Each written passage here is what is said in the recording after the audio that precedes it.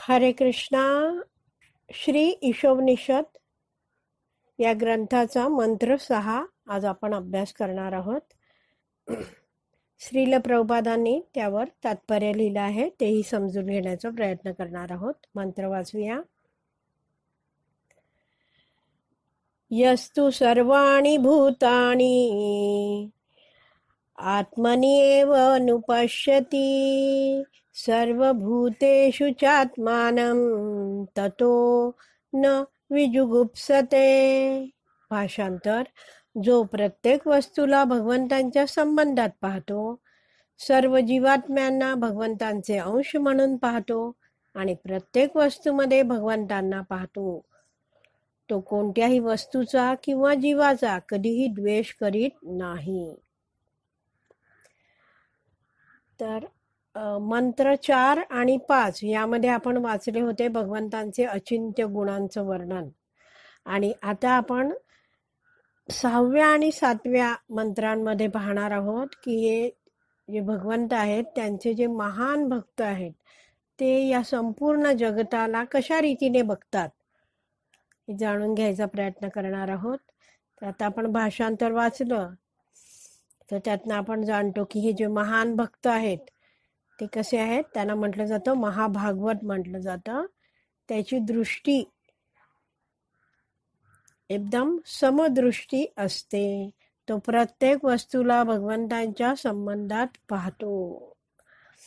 या जगातील प्रत्येक गोष्ट आध्यात्मिक असो वा भौतिक असो भगवंतांकडून आली आहे हे तो जाणतो.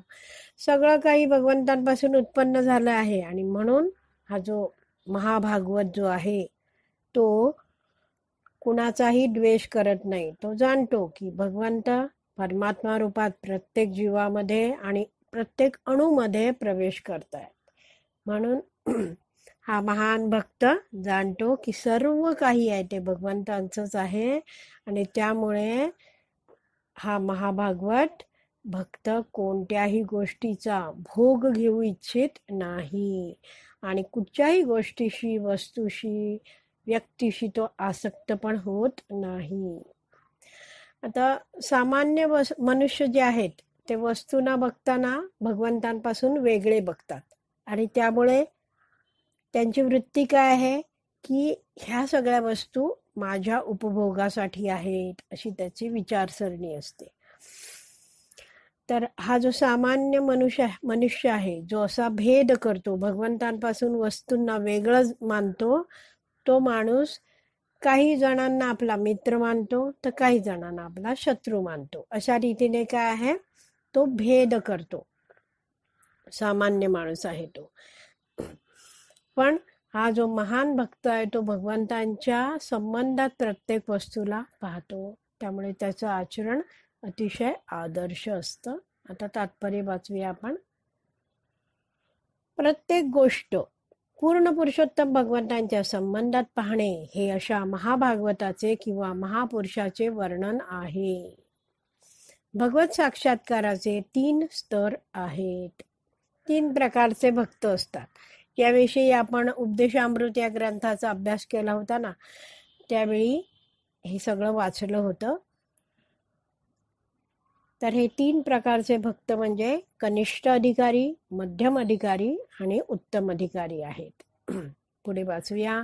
कनिष्ठ अधिकारी हा भगवत साक्षात्काराच्या सर्वात निम्न स्तरावर स्थित असतो. निम्न म्हणजे खालच्या स्तरावर स्थित असतो. तो स्वतःच्या श्रद्धेनुसार मंदिर, चर्च किंवा मशिदीत जातो आणि धर्मग्रंथातील आदेशानुसार पूजन अर्चन करतो.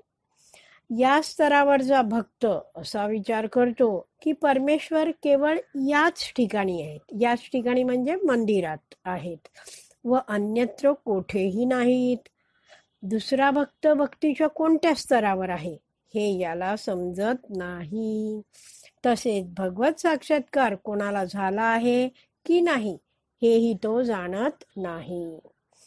असे भक्त म्हणजे कोण? जे कनिष्ठ अधिकारी आहेत ते भक्त सर्व विधी नियमांचे यंत्रवत पालन करतात. व अमुक प्रकारची भक्ती श्रेष्ठ की तमुक प्रकारची भक्ती श्रेष्ठ अशा मुद्द्यांवर कधी कधी भांडतात. कनिष्ठ अधिकारी म्हणजे प्रत्यक्षात भौतिकवादी भक्त असतात, जे आध्यात्मिक स्तर प्राप्त करण्यासाठी भौतिक सीमा पार करण्याचा प्रयत्न करीत असतात. आपण हे जाणून घेऊया. कनिष्ठ अधिकारी यांची श्रद्धा भगवंतांच्या पूजास्थळी म्हणजे मंदिरात वगैरे तिथेच असते. ते काय म्हणतात, भगवंतांच्या मूर्तीमध्येच आहेत. त्यांना माहिती आहे की ही मूर्ती दगडाची बनलेली आहे, पण भगवंत त्यामध्ये आहेत, ही या कनिष्ठ अधिकाऱ्याची श्रद्धा असते. आता हा जो कनिष्ठ अधिकारी आहे तो निश्चित करू शकत नाही की कोण भक्तीत किती प्रगत आहे, कोणता भक्त किती वरिष्ठ आहे. ते त्याला सगळे भक्त सारखेच वाटतात आणि म्हणून तो भक्तांचा संघ व्यवस्थितरित्या घेऊ शकत नाही. कधी कधी असे कनिष्ठ अधिकारी भक्त आहेत ते भांडण तंटे करतात. काय त्यांचं म्हणणं, का असं करतात? कारण वैदिक शास्त्रांचं ज्ञान त्यांना कमी असतं. कशावरून ते भांडण करतात? ते कधी म्हणतात जप सर्वात चांगला आहे, कधी म्हणतात नाही जप नाही, ग्रंथ वाचन सर्वात चांगलं आहे.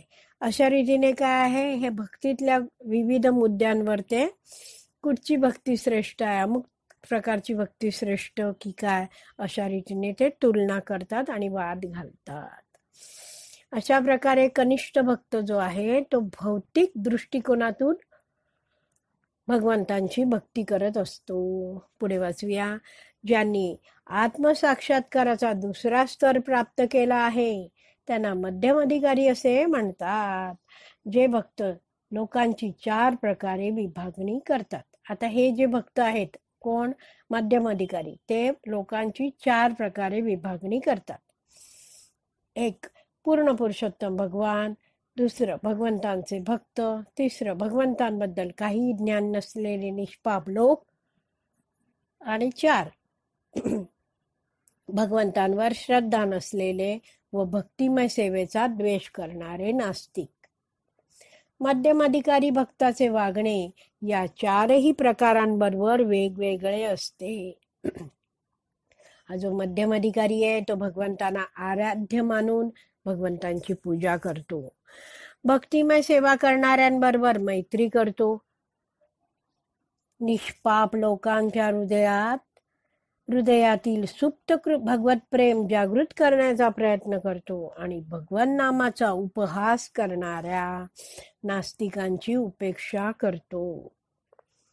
तर मध्यम अधिकारी आहे तो जाणतो की भगवंतांच्या मूर्तीमध्ये म्हणजेच अर्चविग्रहामध्ये भगवंत उपस्थित आहेत आणि तो भगवंतांची अगदी प्रेमपूर्वक सेवा करतो.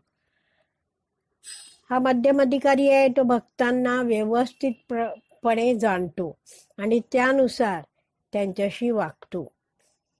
ज्यांना आध्यात्मिक ज्ञान नाही आहे आणि जे लोक भगवंतांविषयी जाणू इच्छित आहेत त्यांच्यावर हा मध्यम अधिकारी कृपा करतो. दयाळूपणे त्यांना ते ज्ञान देण्याचा प्रयत्न करतो, आध्यात्मिक ज्ञान देण्याचा प्रयत्न करतो. जे भक्त नाही आहेत आणि नास्तिक आहेत, जे भगवंतांना मानत नाही आहेत, त्यांच्यापासून हा मध्यम अधिकारी भक्त दूर राहतो. तर असा हा जो भक्त आहे मध्यम अधिकारी तो भेद करतो. कुणाचा मी संग घ्यायला पाहिजे आणि कुणाचा संग नाही घ्यायला पाहिजे. तर असा भेद आहे तो आवश्यक आहे. कारण की जर त्यांनी कनिष्ठ व्यक्तीला म्हणजे कनिष्ठ अधिकारी व्यक्तीला उत्तम अधिकारी मानलं तर काय होणार आहे, गडबड होईल. आणि जर उत्तम अधिकारी भक्ताला कनिष्ठ मानलं तर अपराध होईल. आणि म्हणून मध्यम अधिकारी भक्त आहे तो सगळं जाणतो. कोणता भक्त कोणत्या स्तरावर आहे ते तो नीट जाणतो. म्हणून मध्यम अधिकारी भक्त आहे तो वरिष्ठांचा संग घेतो आणि त्याच्या जे भक्त आहेत त्यांच्याशी तो मैत्री करतो. आणि जे महाभागवत महान भक्त आहेत, जे गुरु आहेत, त्यांना तो शरण जातो आणि आपल्या जीवनाचं कल्याण करतो. त्यांच्याकडून मार्गदर्शन प्राप्त करतो आणि भक्तीत प्रगती करत राहतो, त्यांची सेवा करत राहतो. आता पुढे वाचूया. मध्यम अधिकारी भक्तापेक्षा श्रेष्ठ असलेला उत्तम अधिकारी प्रत्येक वस्तू भगवंतांच्या संबंधात पाहतो. तर हा जो उत्तम अधिकारी आहे त्याविषयी या 6व्या श्लोकामध्ये सांगितलेलं आहे. हा जो उत्तम अधिकारी आहे तो नास्तिक व भक्त असा भेद न करता प्रत्येकाला भगवंतांचा अंश म्हणून पाहतो.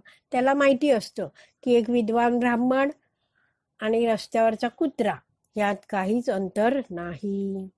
आता ह्यासाठी उत्तम भक्त कोण, उत्तम अधिकारी भक्त कोण हे सांगणारा एक भगवद्गीतेत श्लोक आहे.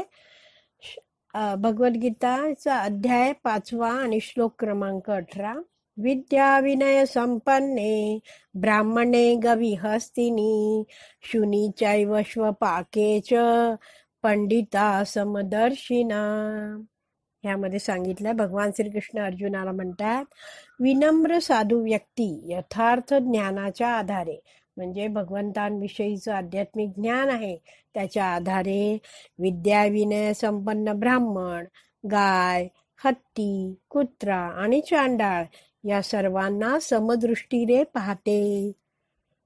ते जे उत्तम अधिकारी भक्त आहेत ते जाणतात की सगळे भगवंतांचे अंश आहेत. म्हणून इथे लिहिलंय की त्याला माहीत असते, मी तात्पर्य वाचते, त्याला माहीत असते की एक विद्वान ब्राह्मण आणि रस्त्यावरील कुत्रा यांमध्ये काहीच अंतर नाही. सगळे भगवंतांचे अंश आहेत, कारण दोन्ही भगवंतांचे अंश आहेत. तथापि म्हणजे परंतु त्यांच्या पूर्वकर्मानुसार त्यांना असे शरीर प्राप्त झालेले आहे. म्हणजे तो जाणतो की ब्राह्मणाला हा ब्राह्मणाचा देह का मिळाला आहे, कुत्र्याला हा कुत्र्याचा देह का मिळाला आहे, कारण त्यांचे ते पूर्वकर्मानुसार हे शरीर प्राप्त झालंय. हे महाभागवत जाणतो, उत्तम अधिकारी भक्त जाणतो.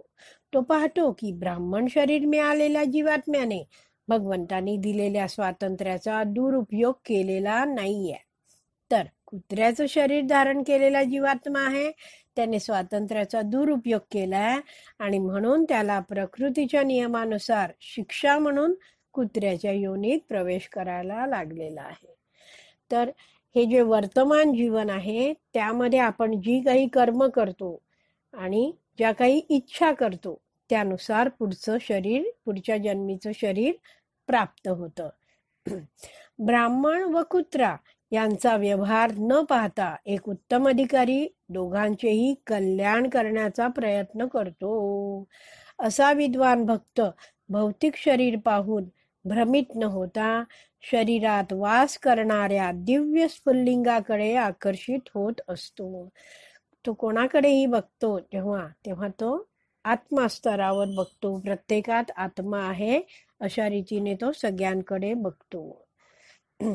तर हा जो उत्तम अधिकारी भक्त आहे तो प्रत्येक वस्तूंना भगवंतांच्या संबंधात बघतो, हे आपल्याला समजलं. सर्व जीवांना तो भगवंतांचे अंश आहेत म्हणून बघतो. भगवद्गीतेत जसं आपण विद्या संपन्ने हा ब्राह्मणे गविहस्तिनी हा श्लोक बघितला, त्यानुसार काय आहे, तो सगळ्यांना समान दृष्टीने पाहतो. पण म्हणजे असं नाहीये की तो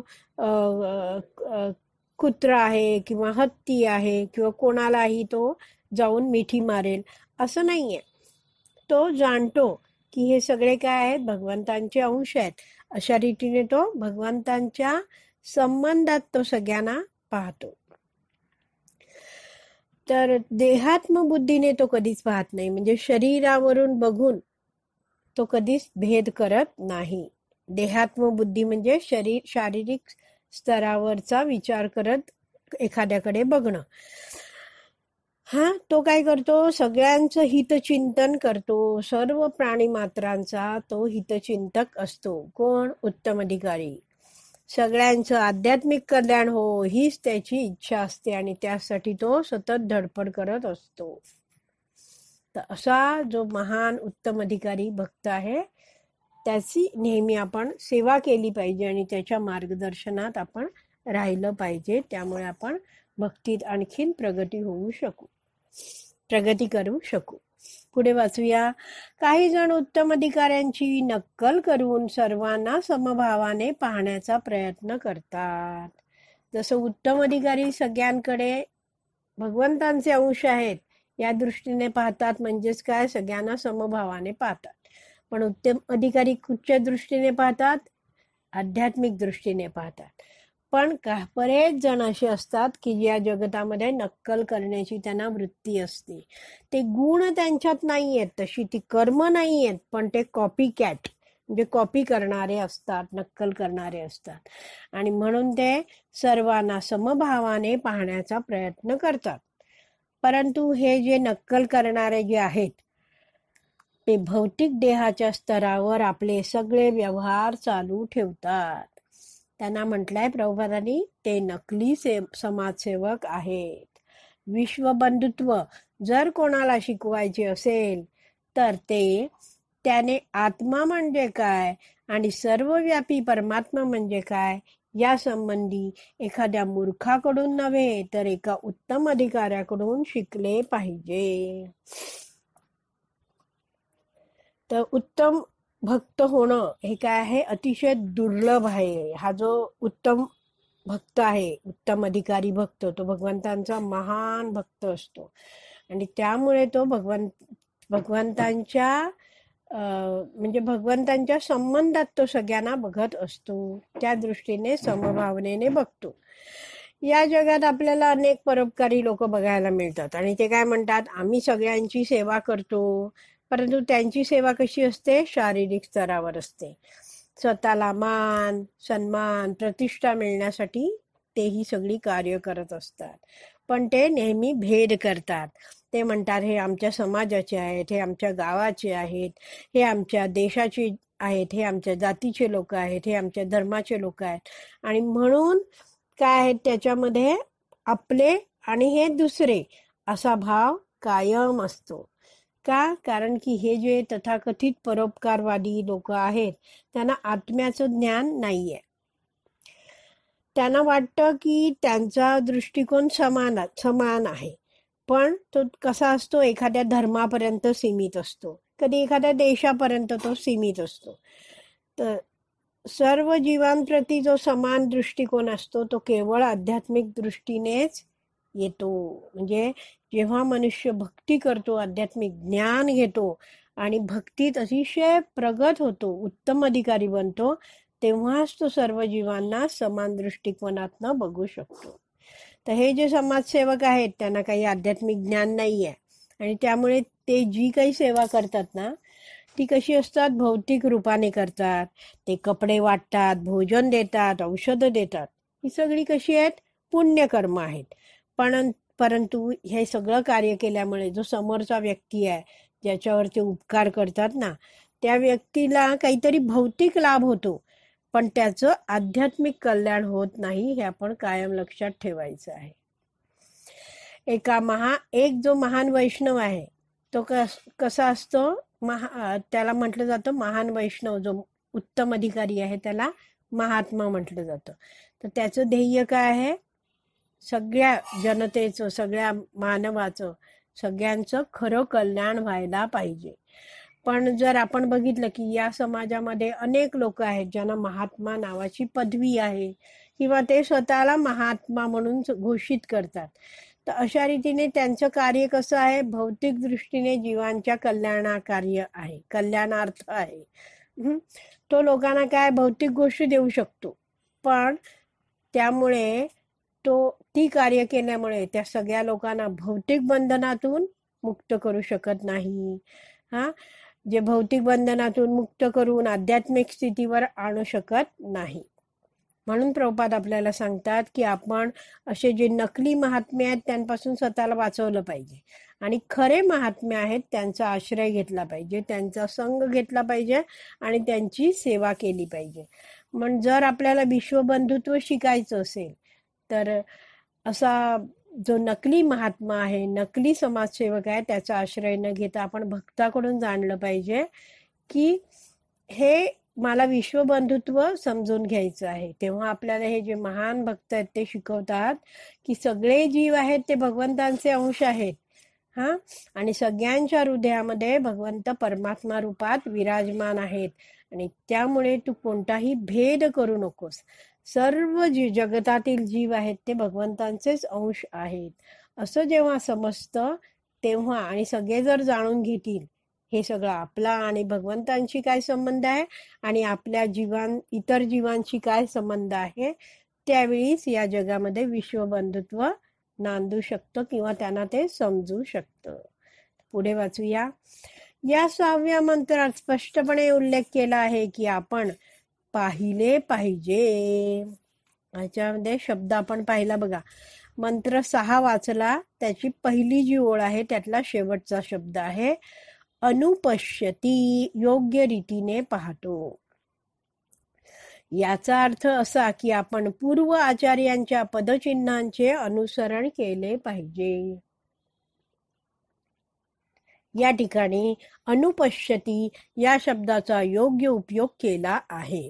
अनु म्हणजे अनुसरण करणे आणि पश्यती म्हणजे पाहणे. म्हणजेच अनुपश्यती शब्दाचा अर्थ असा आहे की ज्याप्रमाणे आपण उघड्या डोळ्यांनी वस्तू पाहतो त्याप्रमाणे न पाहता पूर्व आचार्यांच्या पदचिन्हांचे अनुसरण केले पाहिजे.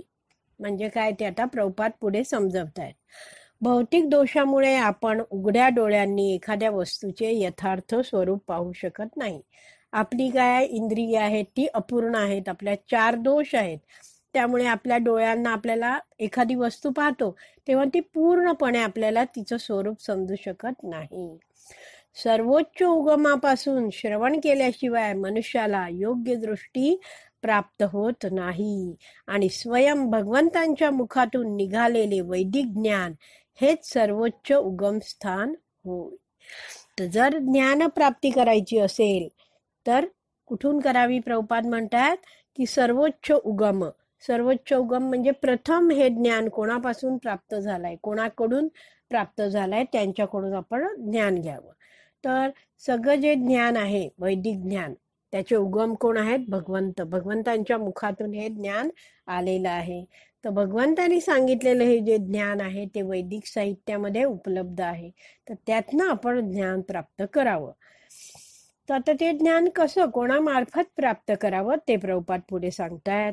वैदिक सत्य जे वैदिक ज्ञान आहे ते गुरु शिष्य परंपरेतून भगवंतांपासून ब्रह्मदेव, ब्रह्मदेवांपासून नारद मुनी, नारद मुनींपासून व्यासदेव आणि व्यासदेवांपासून त्यांच्या शिष्यांना प्राप्त होत आहे.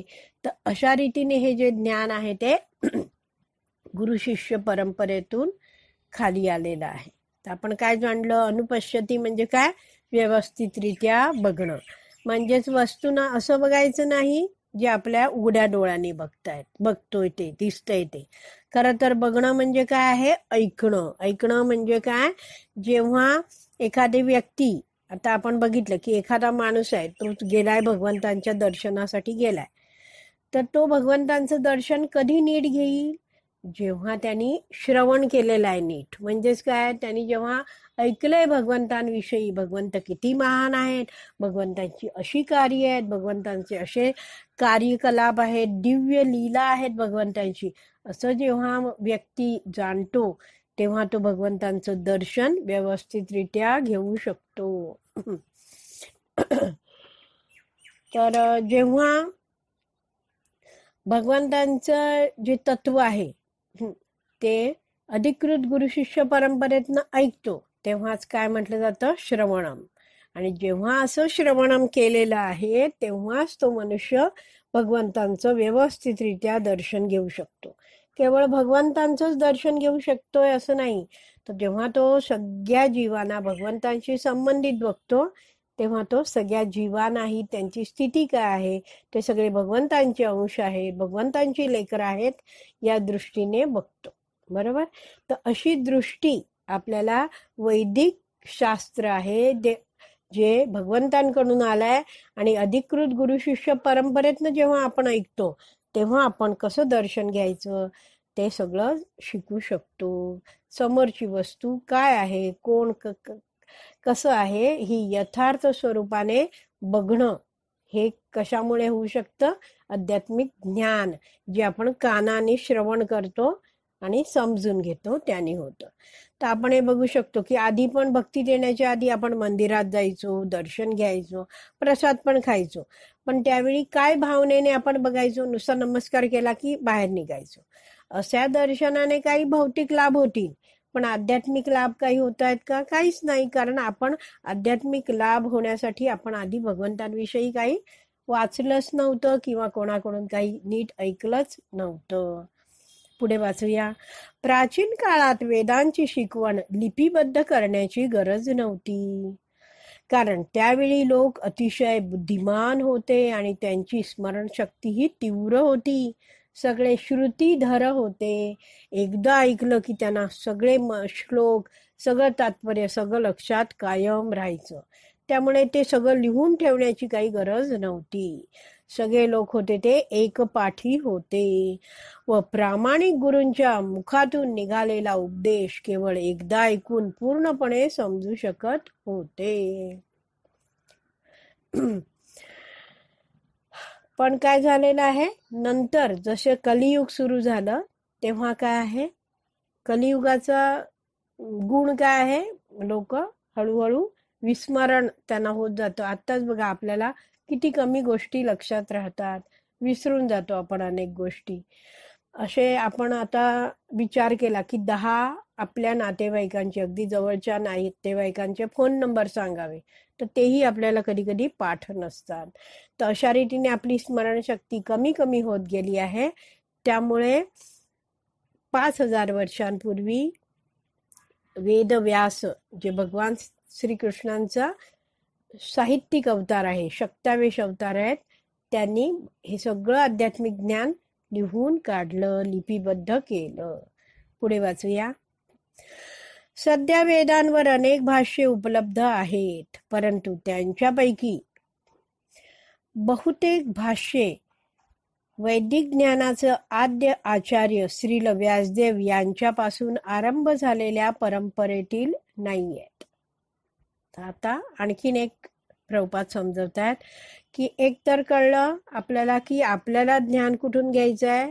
भगवंतांकडून आलेल्या वैदिक साहित्यातून घ्यायचं आहे. तेही कोणाकडून घ्यायचं आहे? अधिकृत गुरुशिष्य परंपरा, ज्या भगवंतांपासून गुरुशिष्य परंपरा सुरू झाल्या त्यातून घ्यायचं आहे. आता नवीन पॅरेग्राफमध्ये प्रभुपाद काय म्हणतात? सध्या आपण जर बघितलं तर वेदांवर अनेक भाष्य आहेत. अनेक लोकांना वाटतं की आपण पण यावर काहीतरी आपली बुद्धी प्रकट करावी आणि काहीतरी लिहावं, म्हणून ते त्या वेदांवर आपली तात्पर्य लिहितात. परंतु त्यांपैकी बहुतेक भाष्ये वैदिक ज्ञानाचे आद्य आचार्य श्रील व्यासदेव यांच्यापासून आरंभ झालेल्या परंपरेतील नाही आहेत. आपण कुठचंही पुस्तक उचलून वाचायला सुरुवात करायची नाही. कोणतेही ग्रंथ वाचताना कोणी लिहिले आहेत, त्या लेखकाचे गुरुशिष्य परंपरा कोणती आहे, ते अधिकृत गुरुशिष्य परंपरेतून आले आहेत का, जे ते लेखक आहेत ते स्वतः भक्ती करतायत का, त्यांचं आचरण कसं आहे, हे सगळं आपण पाहायला पाहिजे.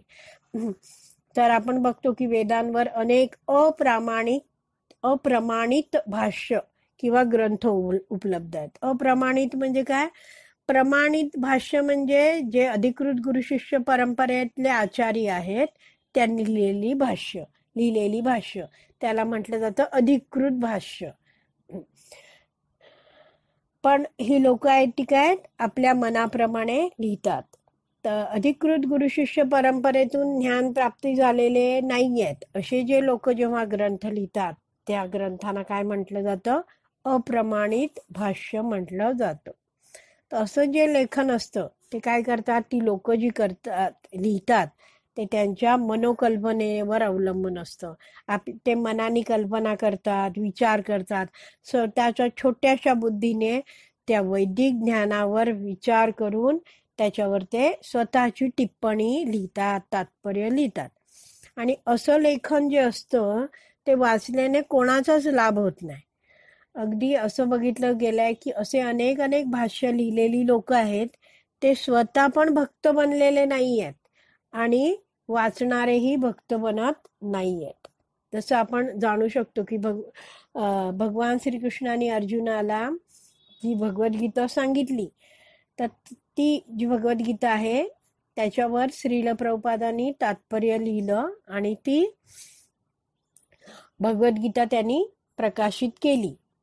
त्यामध्ये काय आहे, त्या भगवद्गीतेचं नाव आहे भगवद्गीता जशी आहे तशी, ॲज इट इज, यथार्थ रूप.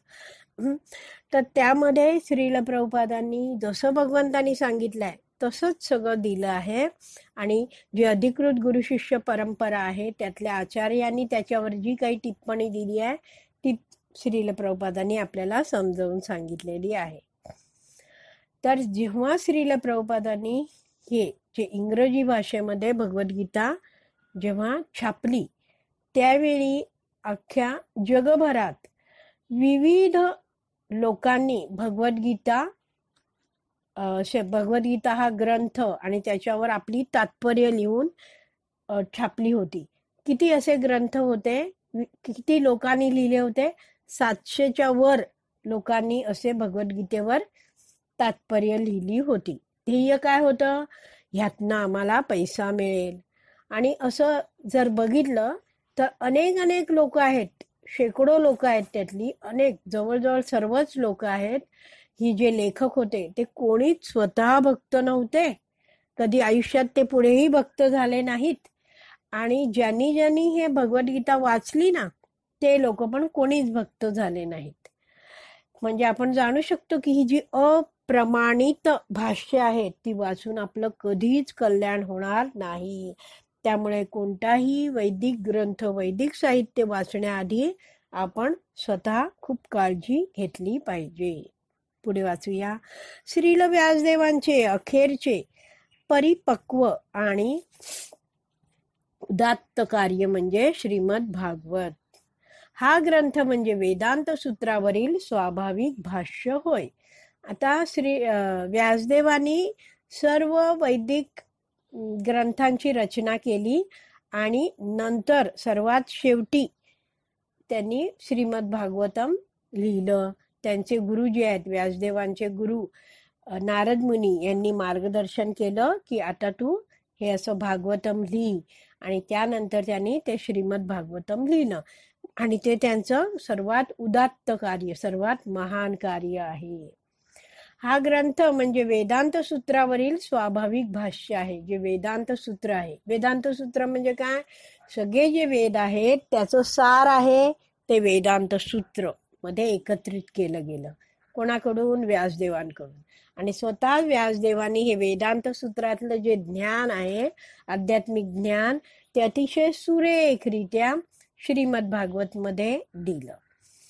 पुढे प्रभुपाद सांगतात, भगवद्गीता हा आणखीन एक ग्रंथ आहे जो भगवंतांनी सांगितला आणि व्यासदेवांनी लिहिला. ही जी भगवद्गीता आहे ती महाभारत मध्ये येते. तर महाभारत हा जो ग्रंथ आहे त्यामध्ये भगवद्गीतेचा समावेश आहे आणि ते व्यासदेवांनी लिखित स्वरूपात केलेलं आहे. हे जे श्रीमद भागवतम आणि श्रीमद भगवद्गीता हे दोन्ही अतिशय महत्वपूर्ण वैदिक ग्रंथ आहेत. इतर कोणतेही भाष्य भगवद्गीता आणि श्रीमद भागवताच्या तत्वाविरुद्ध आहे ते अप्रामाणिक होय. अप्रामाणिक होय म्हणजे हे जे इतर लोकांनी लिहिलेली भाष्य आहेत, जी सांगतायत भगवद्गीता आणि श्रीमद भागवतांच्या तत्वाच्या विरुद्ध सांगणारी सगळी भाष्य कशी आहेत? अप्रमाणित आहेत. त्यांचं आपण वाचन करू नये. तर अशा रीतीने ते ग्रंथ वाचून आपलं कधीच कल्याण होणार नाही हे आपण जाणलं पाहिजे. उपनिषदे, वेदांत सूत्र, वेद, भगवद्गीता आणि श्रीमद भागवत या सर्व ग्रंथात सुसूत्रता व एकमत आहे. हे जे ज्ञान आहे, वैदिक ज्ञान, ते आपण काय जाणलंय आतापर्यंत वाचल्यावर की एक तर वैदिक ज्ञान आहे ते आपण अधिकृत गुरु शिष्य परंपरेच्या माध्यमातून ऐकतो. त्यावेळी आपल्याला हे जे आचार्य आहेत किंवा हे जे महान भक्त आहेत ते वैदिक ज्ञान अगदी नीटपणे समजावून सांगतात. त्यांच्या मार्गदर्शनाशिवाय आपल्याला एकटं आपण बसलो आणि वैदिक ज्ञान वाचायचा प्रयत्न केला तर ते समजणं केवळ अशक्य आहे हे आपण जाणून घेतलं पाहिजे. तर आपण सगळे ते इतके भाग्यवान आहोत, बापरे, आपण विचारच करू शकत नाही एवढे आपलं भाग्य आहे. का बरं? कारण की आपल्याला या सगळ्या वैदिक ग्रंथ आहेत त्यांच्यावर श्रील प्रभुपाद, अभय चरणारविंद भक्ती वेदांत स्वामी प्रभुपाद यांच्यासारख्या आचार्यांनी अतिशय सुरेखरित्या टिप्पणी लिहिली आहे, तात्पर्य लिहिलं आहे, ते आपल्याला वाचायला मिळतं. तर श्रील प्रभुपादांचं जीवन कसं होतं? संपूर्ण आयुष्य त्यांनी भगवंतांच्या भक्तीत घालवलं आणि त्यांनी हे सगळं जे ज्ञान आहे ते आपल्या गुरूंकडून, जी अधिकृत गुरु शिष्य परंपरा आहे त्यातनं प्राप्त केलं. आणि हे सगळं वैदिक ज्ञान आहे ते त्यांनी अतिशय सुरेखरित्या आपल्या ग्रंथांमध्ये मांडलेलं आहे, समजून सांगितलेलं आहे. पुढे वाचूया. तर अशा रीतीने ह्या शेवटचं वाक्य आपण वाचलं की भगवद्गीता आणि श्रीमद भागवतम या सर्व ग्रंथांमध्ये सुसूत्रपणा आणि एकमत आहे. त्यामध्ये अतिशय सुरेखरित्या आध्यात्मिक ज्ञान दिलेलं आहे. पण हे ज्ञान आहे, हे सगळं कसं आहे? संस्कृत मधलं आहे. ते ज्ञान आपण आपल्या बुद्धीने जाणू शकत नाही. त्यासाठी आपल्याला अधिकृत गुरु शिष्य परंपरेतील हे आचार्य आहेत त्यांच्या मार्गदर्शनांची आणि त्यांच्या तात्पर्यांची अतिशय आवश्यकता असते. तेव्हाच आपण हे वैदिक ज्ञान नीटपणे समजू शकतो. पुढे वाचूया. म्हणून कोणीही व्यासदेवांच्या गुरु शिष्य परंपरेतील आचार्यांच्या उपदेशांशिवाय वेदांबद्दल कोणताही निष्कर्ष काढू नये. कारण श्री ईशोपनिषदात वर्णन केल्याप्रमाणे पूर्ण पुरुषोत्तम भगवान आणि त्यांच्या विविध शक्तींवर या आचार्यांची पूर्ण श्रद्धा असते. तर अशा रीतीने हे जे आचार्य आहेत ते काय? त्यांची पूर्ण श्रद्धा आहे. तर हे जे अधिकृत गुरु शिष्य परंपरेतून आलेले हे जे महान आचार्य आहेत त्यांना एकतर भगवंतांविषयी तत्वतः म्हणजे पूर्णपणे भगवंतांविषयीचं जे आध्यात्मिक ज्ञान दिलेलं आहे ते त्यांनी प्राप्त केलेलं आहे.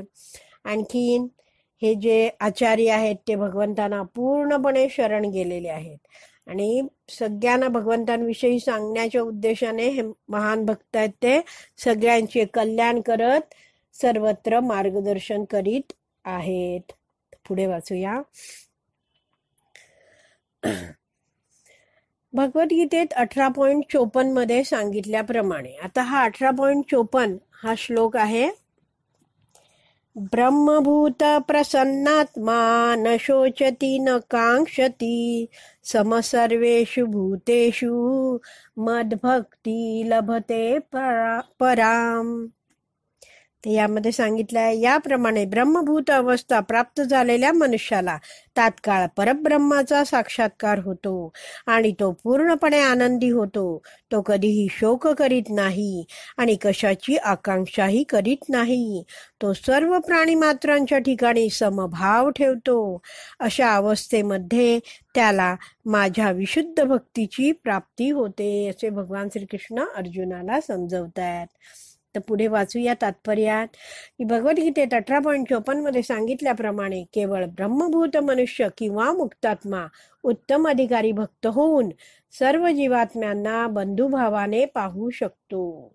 सतत भौतिक कामना करणाऱ्या राजकारणी व्यक्तींना अशा प्रकारची दृष्टी असू शकत नाही.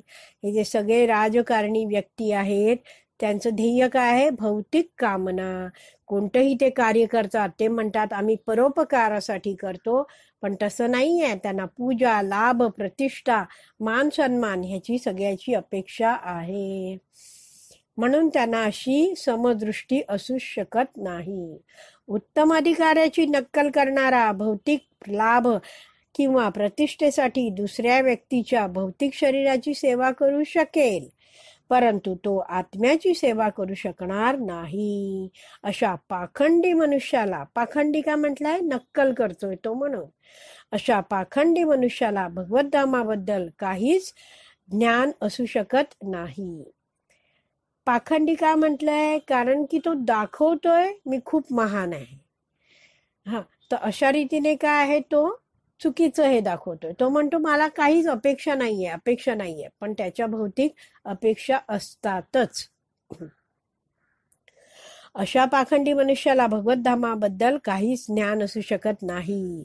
उत्तम अधिकारी भौतिक शरीरातील आत्मा पाहतो आणि त्याची म्हणजे त्या मनुष्याची किंवा त्या मनुष्याच्या शरीरातील आत्म्याची त्या स्तरावर तो सेवा करतो. म्हणजेच काय करतो, तो त्या भक्ताला, त्या मनुष्याला, समोरचा जो व्यक्ती आहे त्याला आध्यात्मिक ज्ञान देतो आणि त्यामुळे येथे प्राकृत शरीराच्या सेवेचा आपोआपच समावेश होतो. कसं ते नीट समजून घेऊया. आता एखाद्या व्यक्तीची आत्मस्तरावर किंवा आध्यात्मिक स्तरावर सेवा करणं म्हणजे काय, त्या व्यक्तीला सांगायचं तुझा भगवंतांबद्दल हा संबंध आहे, अशा रीतीने काय तू भगवंतांचा अंश आहेस, आणि सगळं त्याला आध्यात्मिक ज्ञान देणं आणि पुढे अशी अशी भक्ती करून तू भगवंतांशी संबंध प्रस्थापित करू शकतो, सगळं पुढेपर्यंत मार्गदर्शन करणं, ह्याला म्हटलं जातं आध्यात्मिक स्तरावरची सेवा. अशा तऱ्हेने जगातील सगळ्यांचं कल्याण इच्छिणारा जो भक्त आहे, कोण, उत्तम अधिकारी भक्त, तो निस्वार्थ भावनेने प्रचार करतो. त्याला कोणताच स्वार्थ नाहीये की मी असा प्रचार करेन आणि मला हा लाभ होईल, असं कोणताच लाभाची तो अपेक्षा करत नाही. म्हणून म्हटलंय की निस्वार्थ भावनेने तो ही सगळी जनतेची, तो सगळ्यांचं निस्वार्थ भावनेने तो सगळ्यांना प्रचार करत असतो आणि सगळ्यांना भगवंतांच्या संबंधातच पाहतो. त्यामुळे असा हा जो महान भक्त आहे तो कोणत्याच वस्तूचा किंवा जीवाचा कधीही द्वेष करत नाही. आणि अशा रीतीने जेव्हा हा जो उत्तम अधिकारी भक्त आहे, महाभागवत आहे, तो जेव्हा समोरच्या व्यक्तीला आध्यात्मिक ज्ञान देतो म्हणजे आत्म्याचं ज्ञान देतो, त्यामुळे तो समोरचा व्यक्ती भक्त बनतो आणि त्याला जे मिळालेलं शरीर आहे त्याचा तो योग्य रीतीने भगवंतांच्या सेवेमध्ये उपयोग करतो, भक्ती करण्यासाठी आपल्या शरीराचा वापर करतो.